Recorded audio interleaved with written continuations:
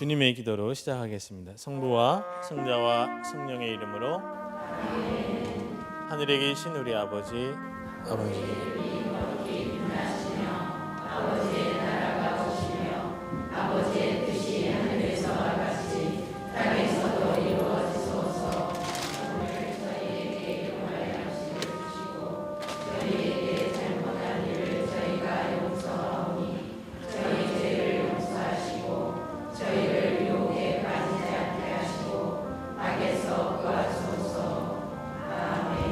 성부와 성자와 성령의 이름으로. 아멘. 생명은 거룩합니다. 왜 거룩하느냐? 하느님으로부터 왔기 때문에 거룩합니다. 우리가 여러 가지 만들어낼 수 있습니다. 빵도 만들 수 있고, 밥도 지을 수 있고, 옷도 만들 수 있고, 텔레비도 만들 수 있고, 컴퓨터 만들 수 있지만 사람을 만들 수 있느냐? 그것은 하느님께서 주신 능력이 아니고서는 우리가 절대로 할 수 없는 것입니다. 하느님께서 주신 생명, 하느님께서 주셨기 때문에 거룩합니다. 성경의 저자들은 이 이야기를 잘 알고 있었습니다. 어떤 이야기냐? 생명이 거룩하고 하느님께서 그 생명을 지켜주신다라는 것입니다. 시편 139장에 보면은 주님, 당신께서는 뒤에서도 앞에서도 저를 애워싸시고 정녕 당신께서는 제 속을 만드시고 제 어머니 뱃속에서 저를 엮으셨습니다. 제가 아직 태아일 때 당신 두 눈이 보셨고 끝까지 닿는다 해도 저는 여전히 당신과 함께 있습니다. 저희들이 30일 피정을 하게 될 때 주로 대하는 구절 중에 하나입니다. 부처님 손바닥에 손오공이 있다고 말하는 것처럼 우리가 하느님을 벗어나려 해도 우리가 있는 것은 어디냐? 결국 하느님 손바닥 아니다.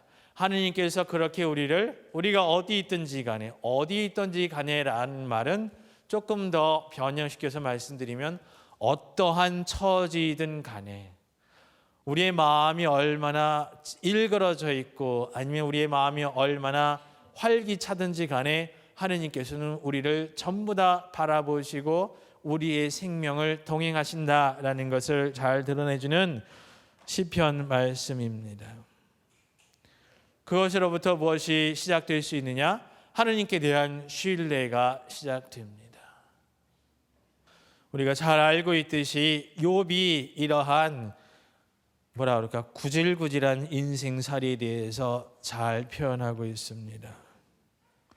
당신께서는 손수 저를 빚어 만드시고 이제 생각을 바꾸셔서 저를 파멸시키려 하십니다.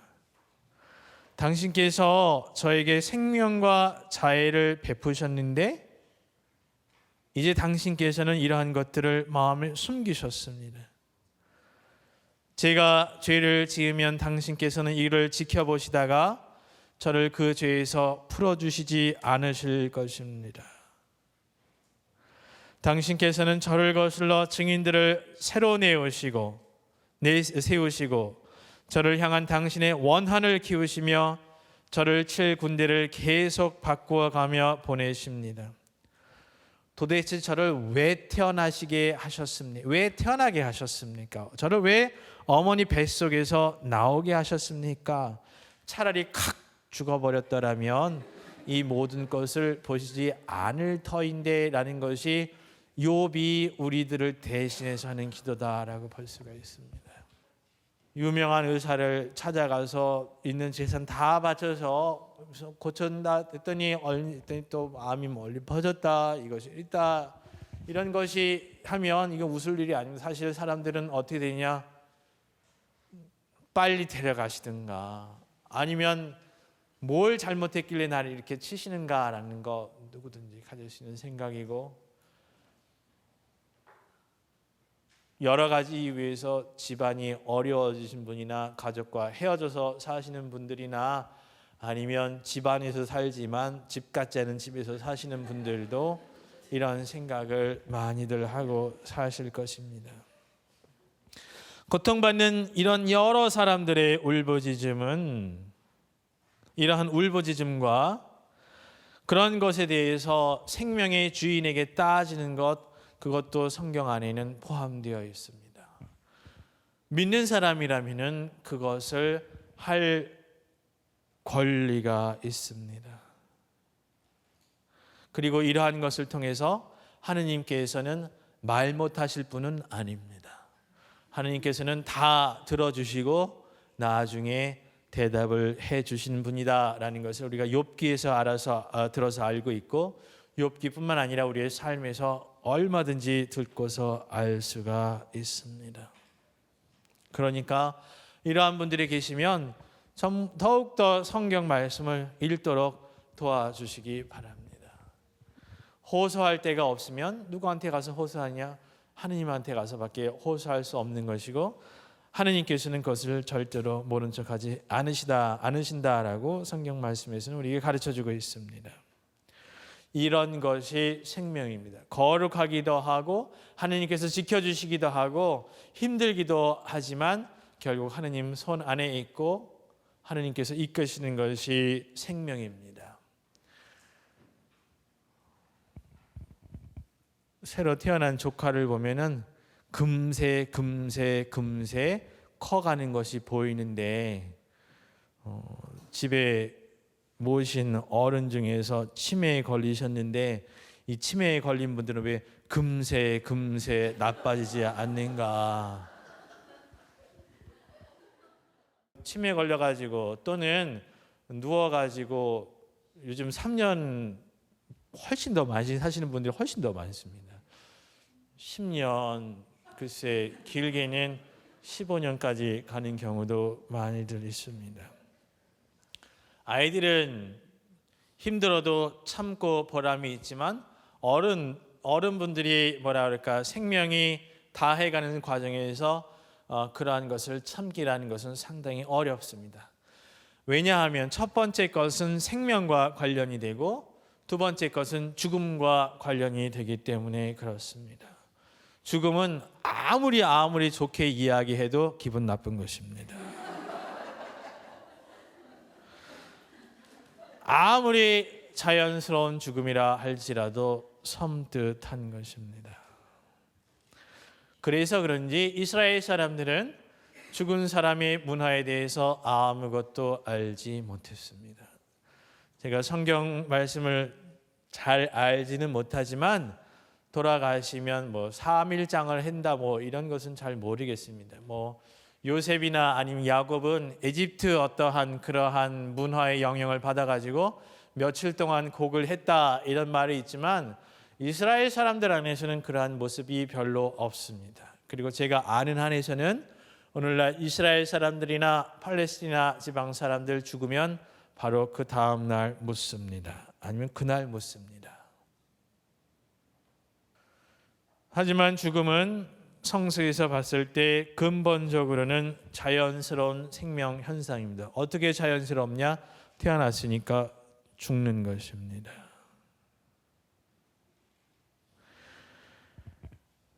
죽음은 섬뜩한 순간입니다. 하지만 이러한 섬뜩하면서도 아니면 자연스러운 것이다라는 생각이 시간이 지나면서 발전하게 됩니다. 원래 죽은 사람들은 조용히 사라지는 것이었습니다. 어디로 조용히 사라지느냐? 셔월이라는 곳으로 조용히 사라지는 것이었습니다. 거기는 죽은 이들이 모여있는 어둠의 세계입니다.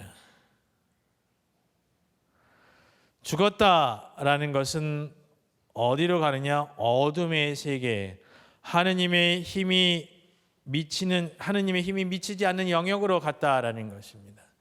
이것이 구약 성서 전반기에 발전되는 죽음에 관한 생각이었습니다. 하지만 시간이 지나면서 하느님이 과연 그 죽음의 세계에 힘을 미칠 수가 없을까?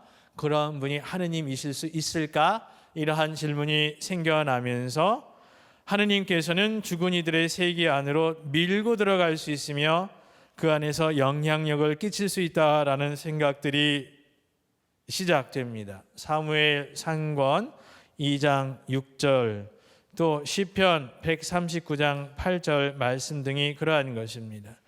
또 에녹이라는 사람하고 엘리야라는 사람이 나오는데, 하느님께서는 어느 정도로 힘을 끼칠 수 있느냐, 이 사람들이 죽음의 세계로 가는 것을 허락하지 않고 그냥 잡아서 하늘로 올릴 수 있다, 이런 생각을 하게 됩니다. 또 나중에는 죽은 이들이 죽음의 세력권으로부터 하느님에 의해서 빼내야 줄 수 있다라는 생각도 발견됩니다. 이러한 아직은 부활에 대한 생각이 구약 성서에 잘 나오지 않지만은 처음에는 죽으면 그만이다라는 것에서 하느님께서 거기에 힘을 뻗칠 수 있다라고 생각이 되는 것인데, 그것과 관련해서 여러분들에게 대표적으로 소개시켜드릴 시편은 22편입니다. 무엇과 관련되느냐? 예수님께서 십자가에서 돌아가시면서 하신 말씀, 저희 하느님 어찌하여 저를 버리셨습니까? 라는 말씀입니다. 어떻게 바라볼 수 있느냐? 하느님께서 얼마나 십자가에서 힘드셨으면 그런 말씀을 하셨을까? 이렇게 우리는 볼 수가 있습니다. 그것을 듣고 사람들은 뭐라 그래요? 엘리야를 부르네. 한번 그 사람이 와서 구해주. 엘리야는 어디냐면 하늘에 올라간 사람이니까 그 사람이 와서 구해주나 봅시다, 이렇게 이야기하고 있었는데, 예수님께서 하신 이 시편은 아주 힘드셔서 하신 말씀입니다. 하지만 예수님께서 이 시편만 하시고 다 못하시고 돌아갔다, 이렇게 보고 있습니다. 집에 가서 시편 22편을 한번 읽어보시기 바랍니다. 왜 저를 버리셨습니까? 저를 도와주십시오. 저의 목숨을 개들의 발에서 구해 주십시오. 이렇게 1절서부터 22절까지는 저 힘들어 죽겠습니다 라는 내용입니다. 그런데 23절에 가면은 갑자기 저는 당신의 이름을 제 형제들에게 전하고 모임 한가운데서 당신을 찬양하오리다, 이렇게 이야기가 납니다. 갑자기 하느님께서 이 곤경에 처한 사람을 도와주셨다라는 내용입니다. 예수님께서 십자가에 달리셔서 저희 하느님 어찌하여 저를 버리셨습니까? 라는 이야기는 예수님께서 죽음의 앞에서도 이 죽음을 넘어서도 구해 주실 수 있는 분을 분명히 신화하고 있었던 증거다라고 보는데 커다란 어려움이 없으리라 생각이 됩니다. 구약 성경 전반에서 인간은 죽음을 첫 번째로서는 무엇이라고 보느냐? 생명의 한계로 봅니다. 때가 되면 죽고 그러면 어쩔 수 없다라고 보는 것입니다. 또한 동시에 죽음은 창조주 하느님의 해방 의지를 절대적으로 신뢰하는 계기로 삼을 수 있다는 점입니다. 신약 성서에서처럼 죽은 사람이 되살아났다라는 이야기는 없지만, 죽음이라는 그 순간만큼은 살아계신 하느님께서 그 순간에도 무엇을 하실 수 있지 않을까라는 하느님께 대해서 신뢰를 두는 좋은 기회가 된다라는 것입니다. 이것이 구약 성경이 가지고 있는 생명과 죽음에 관한 이해다, 이렇게 말씀드릴 수 있습니다. 또 한 가지 오늘 같이 살펴보고 싶은 것은 공동체와 연대성입니다. 책 66쪽에 나오는 것입니다. 하느님의 모상에 따라서 하느님께서 당신들의 모습을 따라 그와 비슷하게 사람을 만드셨다라는 데에서 인간 존엄성이 나옵니다. 그것을 천부적인 인권이라고 이야기를 하는데, 이 인권에 관련된 것은 전부 다 창세기 1장 26절에서 나온 말씀입니다. 거기에서 어떤 얘기가 나오냐? 인간은 개개인이 모두 다 존엄한 권리를 가진다라는 것인데, 왜 존엄한 권리를 가지냐? 인권선에는 안 나와 있지만 가로 열고 하느님을 닮았기 때문에 가로 닫고라는 것입니다. 온 세상 사람들이 인권 문제가 있을 때마다 이 인권 선언을 들여대면서, 그러니까 우리에게 인권을 보장하라 이야기를 하는데, 이 인권은 하느님에 대한 신앙이 없이는 이야기할 수 있는 근거가 한 가지도 없는 이야기입니다. 말씀드리고자 하는 것은, 이러한 개개인이 소중하다라는 것은 인간이 하느님을 닮았다라는 이유에서입니다. 하지만 구약 성경은 인간 한 사람 한 사람이 중요하다라는 이야기를 할 뿐만 아니라, 또한 동시에 공동체도 중요하다라고 이야기를 합니다. 성경 인간학의 근본적인 특징은 개인과 공동체 사이에 상호 연대감을 가진 결합, 특별히 자연적인 공동체. 뭐가 있겠어요? 가족, 부족, 민족 안에 존재하는 결합입니다. 이스라엘이라는 신앙 공동체 안에서 가족이나 부족이나 아니면 민족은 무엇이었냐면은, 그 모임에 참여하고 그를 통해서 누구와 관계를 맺느냐? 하느님과 관계를 맺을 수가 있었습니다. 또 어떠한 모임이든지 그 모임의 규칙 아니면은 그 모임이 돌아가는 원리가 하느님에 의해서 구성되는 한 공동 운명체로 받아들여졌습니다. 그러니까 구약 성경의 특징은 무엇이냐면은, 단순히 가족이나 시족이나 민족끼리 모였다라는 것이 중요한 것이 아니라, 그러한 모임 자체가 다 누구와 연결되느냐? 하느님과 연결된다라는 것입니다. 모세율법을 통해서 민족들이 어떻게 해야 된다, 가족끼리 어떻게 해야 된다, 동족끼리 어떻게 해야 된다라는 것이 모두 다 이미 정해져 있었습니다. 그리고 그러한 한에서 이 가족은 무엇이냐? 공동 운명체라는 것입니다. 우리 혼배 성사와도 관련되는 부분입니다. 성당에서 하는 근본적인 이유는 뭐냐면은, 그 결혼에 무엇이 들어가기 때문에? 주례사가 들어가기 때문이 아니라 하느님의 축복이 들어가기 때문에 그렇습니다. 그러니까 어떻게 해서 공동 운명체가 되느냐면은, 신랑하고 신부하고 하느님 요 세 당사자가 모여서 어떠한 계약을 맺기 때문에 공동 운명체가 된다라고 볼 수가 있습니다. 그러한 의미에서 우리가 무엇이라고 생각할 수 있냐? 왜 성당에서 결혼하면 이혼하기가 어려운가, 아니면은 갈라서기가 어려운가? 다시 한번 말씀드리지만, 저희는 결혼한 것을 절대로 안 풀어주는 그런 집은 절대로 아닙니다.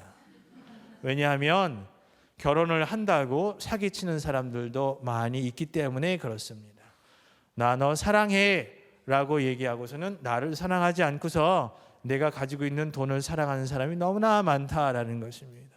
이러한 것들은 전부 다 무엇이라고 볼 수 있느냐? 사기 행위다, 이렇게 볼 수 있습니다. 소비자 보호원이라는 것이 있잖아요. 그런데 가면 이런 것들은 전부 다 바꿔주거나 아니면 소비자의 권리를 옹호해 줍니다. 마찬가지로 교회도 어떤 사람이 거룩한 하느님 앞에서 결혼을 한다고 하지만 실질적으로 상대방을 무조건적으로 사랑할 마음이 없이 사랑했을 경우에 그것을 교회가 도와줍니다. 그것이 교회의 법원이고, 그런 경우에 그것을 우리는 혼인 무효 소송이다, 이렇게 이야기를 합니다. 그런 것을 판단하는 것은 전문적인 판사 신부님들께서 판단하실 부분이지만, 일반적으로 보았을 때, 결혼했을 때 내가 다 주겠다 했고 상대방이 다 주겠다 했을 때, 일반적으로 무엇이라고 보냐? 하느님께서 맺어주는데 하자가 없는 결혼이다 이렇게 봅니다. 언제든지 헤어질 수 있어요? 언제든지 헤어질 수 있습니다. 그런 말은 무슨 말이냐면은 안 헤어질 수도 있다라는 얘기죠. 꼭 헤어져야 될 만큼 문제가 있는 경우는 아니다라는. 그럴 경우에 우리는 무슨 생각을 해야 되냐면 하나님 앞에서 함께 맺어주는 운명 공동체라는 것을 우리는 잊지 말아야 되겠습니다. 결혼 생활이 쉽습니까? 어렵습니까? 어려우니까 저희들한테 신부님은 장가가지 말라 이렇게 얘기를 하는 거예요. 결혼 생활은 몹시 어렵습니다. 결혼 생활을 시군죽 먹게 하시는 분은 제가 지금까지 살아오면서 한 번도 본 적이 없습니다. 결혼 생활은 몹시 어렵지만 사시는 분들께서는 그 어려운 것을 할 만한 가치가 있다라고 생각을 하고 그 어려운 것을 넘어가면서 두 분의 결합은 두 분 사이의 신뢰는 깊어지고 그 안에서 무엇이 드러나게 되느냐? 하느님의 모습이 드러나게 됩니다. 삼위일체 하느님께서 세 분이시면서도 한 분이신 것처럼 정말 그 모든 어려움을 겪어내신 분들의 모습 속에서는 두 분이시지만 정말 하나가 된 두 분의 모습을 볼 수가 있다라는 것입니다. 그렇기 때문에 참기 어려우셔서 힘들어하시는 분들에게 다시 한번 주님께 은총을 청하라 이렇게 말씀드리고 싶습니다. 그리고 주님께 은총을 청할 뿐만 아니라 이뻤던 때를 한번 생각해 보셔라 이런 말씀을 드립니다. 이쁜 구석이 있었기 때문에 결혼을 한 것이고 이쁜 구석이 있었기 때문에 지금까지 살아온 것이라면 그것을 가지고 앞으로 살아갈 수 있는 힘도 얻을 수 있으리라 생각이 됩니다. 공동 운명체이다. 야훼기 문헌 저자는 여자를 남자의 뼈로부터 나온 뼈다, 살로부터 나온 살이다 이렇게 표현하는데 이것은 근본적인 모델의 성경을 가지고 있습니다. 남자와 여자가 결합하는 것이 인간의 근본적인 모습이다라는 것입니다. 모든 사람들이 다 그렇게 할 수 있는 것도 아니고 어떠한 분들은 사회에 대한 책임 때문에 어떠한 분들은 몸이 아프기 때문에 그렇게 하지 못하시는 분들도 있습니다. 하지만 그러한 분들은 어떠한 소명을 가지고 있느냐? 그분 나름대로 그러한 처지에 맞게 공동체를 위해서 살 수 있는 다른 소명들이 주어진다라고 우리는 믿습니다. 하지만 남자와 여자가 결합했을 때 사랑의 공동체가 되고 사랑의 공동체가 될 뿐만 아니라 무엇은 공동체가 될 수 있냐? 생명의 공동체가 될 수 있는 것은 글쎄 이것은 우리가 가릴 수 없는 사실입니다. 오늘날 우리 사회가 이러한 것을 하기가 전반적으로 어렵다라는 것은 우리 모두 다시 한번 우리가 하느님께로부터 받은 소명에 대해서 아니면 우리가 근본적으로 받은 모범 답안에 대해서 다시 한번 깊게 숙고해 보아야 할 필요성을 우리에게 야기합니다. 공동체에서 중요한 것은 무엇이냐? 지도자다 이렇게 볼 수가 있습니다. 모세라는 지도자가 나왔었고 예언자라는 사람들이 나왔었고 다윗 왕이라는 사람들이 나왔습니다. 말씀드린 기억이 있는지 잘 생각이 나지 않지만 모세는 탈출기 32장 31절에서 아주 뛰어난 중재자의 모습을 보여주고 있습니다. 창세기 31장, 32장, 33장 무엇과 관련된 말씀이냐? 금송아지 이야기와 관련된 이야기입니다. 모세가 지금까지 사람들을 어렵게 다 끌고 와서 어디에 왔느냐 하면은 드디어 파라오한테 가겠다고 했던 시나이의 산 야훼의 산에 가서 예배를 드리겠노라 하고 사람들을 거기까지 끌고 와서 내가 하느님 잠깐 만나고 올게, 십계명을 가지고 올게 잠깐 간 사이에 사람들은 그새 모세가 없으니까 불안하니까 황금 송아지를 만들어서 아론을 시켜가지고 황금 송아지를 만들어서 우상 숭배를 하게 됩니다. 하느님께서 기분이 좋으셨겠습니까? 좋지 않으셨겠습니까? 그래가지고 모세는 그 아까운 하느님의 조각품인 십계명판을 가지고 내려오다가 땅에다가 그냥 패대기 쳐가지고 다 깨버렸습니다. 그리고 금송아지를 갈아가지고 그것을 물에 타가지고 그것을 마시게 했습니다. 그것도 성이 안 차가지고 레위인들은 다 우리 편으로 자기 편에 오게 한 다음에 레위인들에게 자, 가족이고 뭐가 없다, 전부 다 칼로 쳐 죽여라. 그래서 3,000명을 쳐 죽이게 됩니다. 그리고서도 하느님께서 분이 덜 풀리셨습니다. 그래서 하느님께서 모세한테 뭐라고 말씀하시냐? 모세야, 나는 이 백성이랑 못 해먹겠다, 이렇게 말씀하셨어요. 그러니까 이 백성은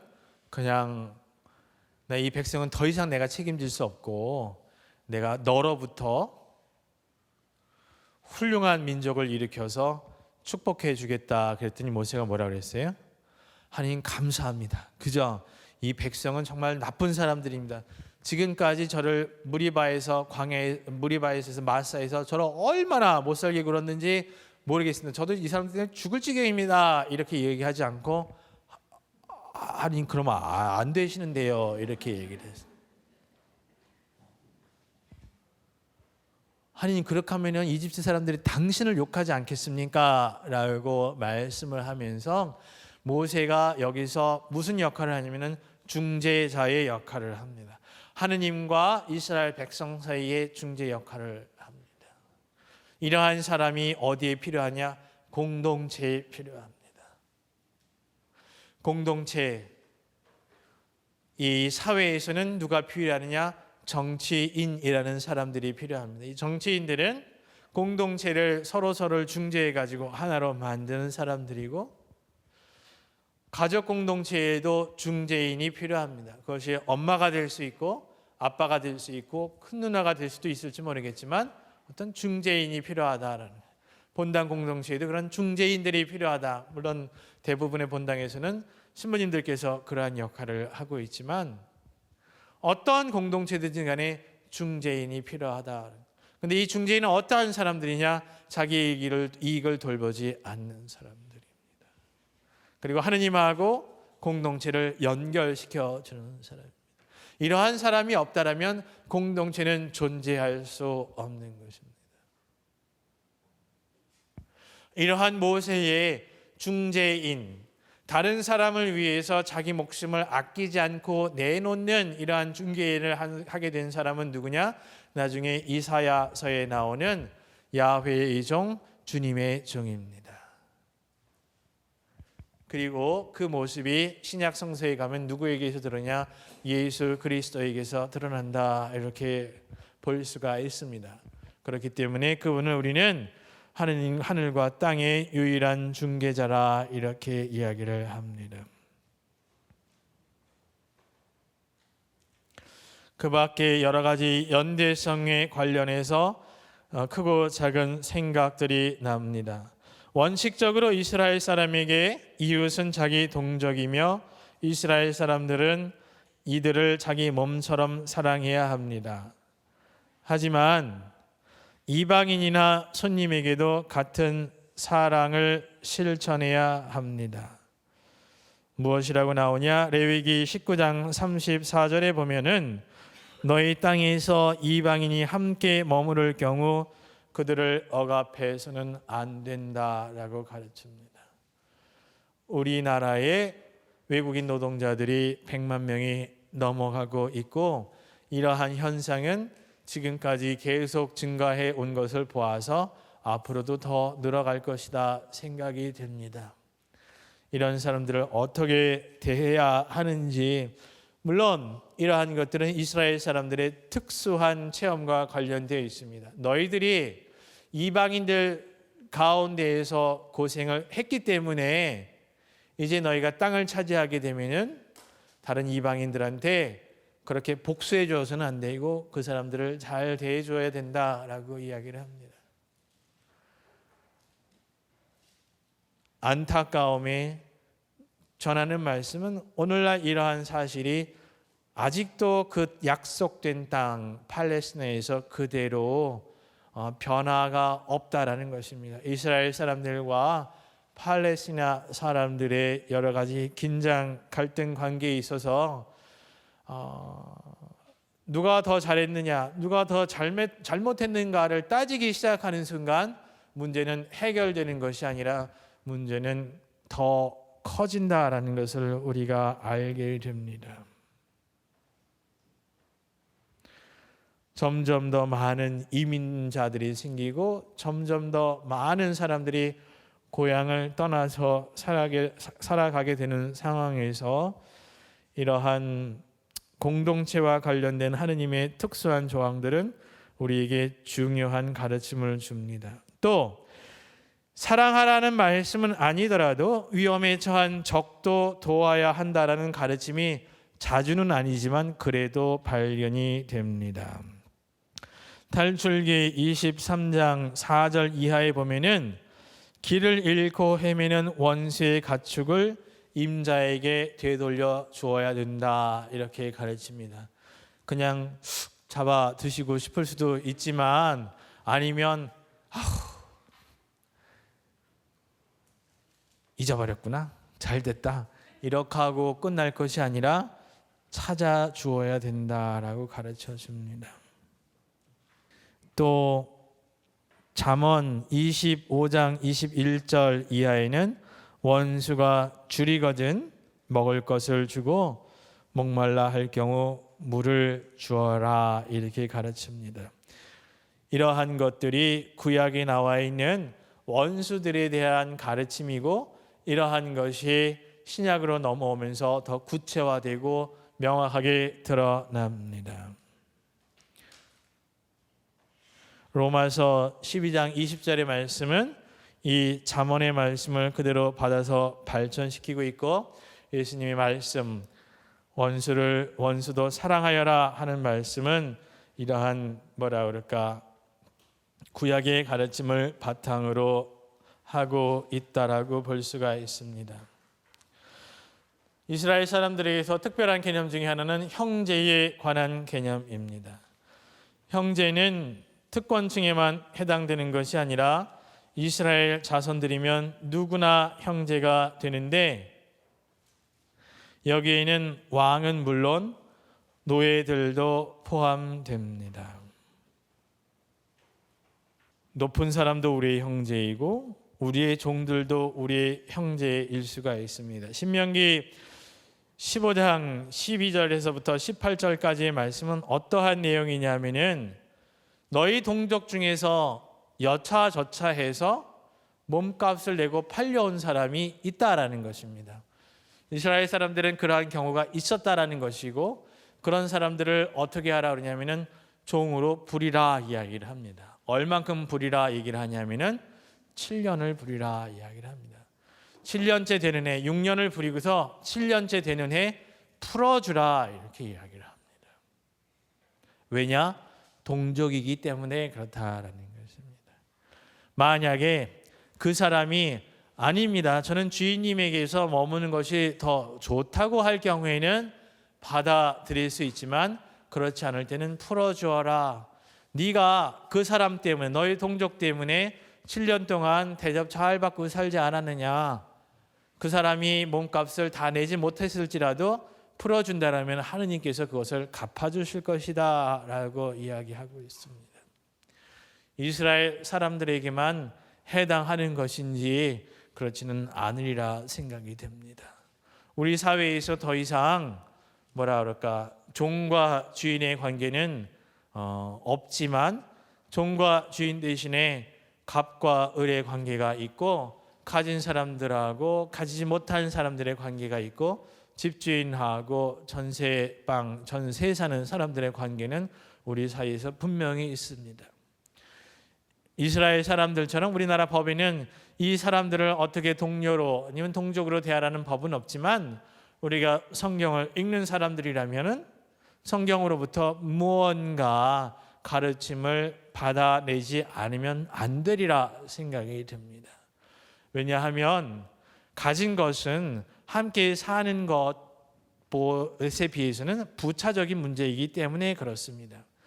성경의 가르침이 분명히 가르치듯이 어떤 경제적인 정의를 무시하란 말은 절대로 아닙니다.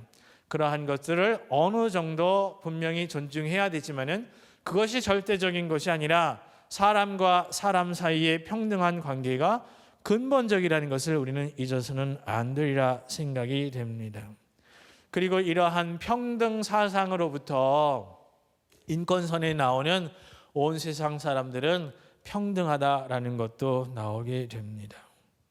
평등한가? 우리가 그렇게 말들을 하지만 실제로 그런가?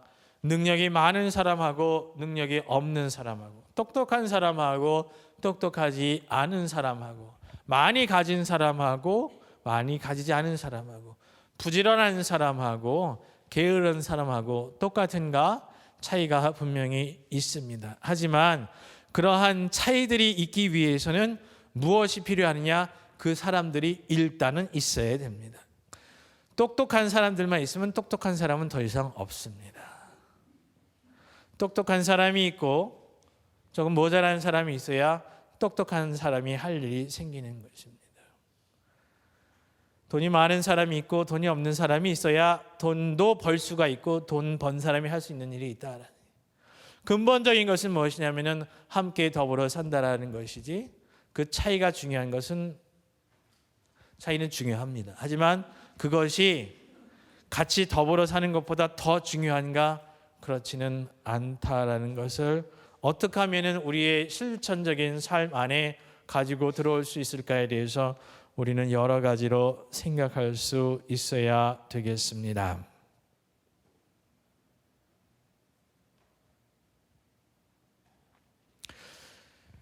마지막으로 공동체와 관련해서 하느님께서 조금 무시한 말씀을 합니다. 신명기 13장 7절에서부터 12절까지의 말씀입니다. 한번 읽어보도록 하겠습니다. 너희의 동복 형제나 너희 아들들이나 딸이나 너희 부모의 아내나 너희 목숨과도 같은 친구가 은근히 너희를 꾀면서 너희도 너희 조상들도 알지 못했던 다른 신들을 섬기러 가자 하는 경우가 있을 것이라. 그 신들은 땅의 한쪽 끝에서 다른 쪽 끝까지 가까이 있든 멀리 있든 너희 주위에 있는 민족들의 신이다. 그럴 경우에 너희는 그의 말을 받아들이지도 듣지도 말아야 한다. 그를 동정하지도 불쌍히 여기지도 말며 그를 감싸주지도 말아야 한다. 너희는 오히려 그를 반드시 죽여야 한다. 그를 죽일 때에는 너희가 먼저 손을 대고 온 백성이 그 뒤를 뒤따라야 한다. 너희는 돌을 던져 그를 죽여야 한다. 그는 이집트 땅 종살이하던 집에서 너희를 이끌어내신 주 너희 하느님에게서 너희를 떼어내려고 하였기 때문이다. 그러면 온 이스라엘이 그 일을 듣고 두려워하여 너희 가운데에서 다시는 그런 악한 짓을 저지르지 않을 것이다. 여기까지의 말씀입니다. 이 무시무시한 말씀을 왜 여러분들과 함께 읽게 되었냐면은, 첫 번째로 우리가 지금 가끔 언론들을 통해서 이러한 것들을 어디서 보느냐? 이슬람 근본주의자들 사이에서 많이 봅니다. 근데 여기서 했던 말씀들은 뭐냐면은, 그 사람들이 하느님을 배반하자고 할 경우에는 가차없이 죽여라 이렇게 말을 하는데, 하느님을 직접적으로 배반했을 경우에만 이야기하고 있는데, 지금 이슬람 국가들에서 보이고 있는 이러한 것들은 전부 다 뭐냐면은 하느님을 배반했다는 구실로라고 하면서 이러한 것들을 너무나 확대 해석한다라는 것입니다. 물론 이 말 안에는 사실 무시한 것이 들어 있습니다. 그리고 그 안에는 이슬람 사람들, 그 중동 지방 아랍 사람들이 가지고 있는 그 척박한 땅에서 살아가는 조금은 거친 문화가 분명히 있는 것은 사실입니다. 하지만 그렇기 때문에 아주 우리가 놓쳐서는 안 되는 가르침이 있는 것인데, 여기서 있는 가르침은 무엇이냐면 여러 공동체의 관계 중에서 가장 중요한 관계는 무엇이냐라는 것입니다. 가장 중요한 관계는 하느님과 너와의 관계이다라는 것이죠. 하느님과 너와의 관계가 끊어지게 된다라면 다른 모든 관계는 차라리 없느니만 못하다라는 것이 여기서 나오는 가르침입니다.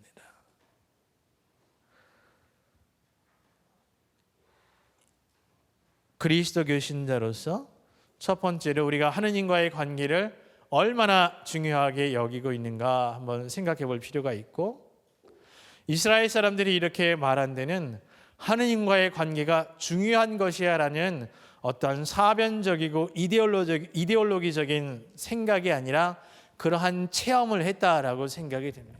에집트에서 이 죽을 땅에서 우리를 살려주신 분이 하느님이다. 하느님 없이는 우리는 살 수가 없다라는 체험을 가지고 있었다라고 본다라면, 이것으로부터 우리가 배워야 될 것은 하느님은 나에게 누구인가라는 것입니다.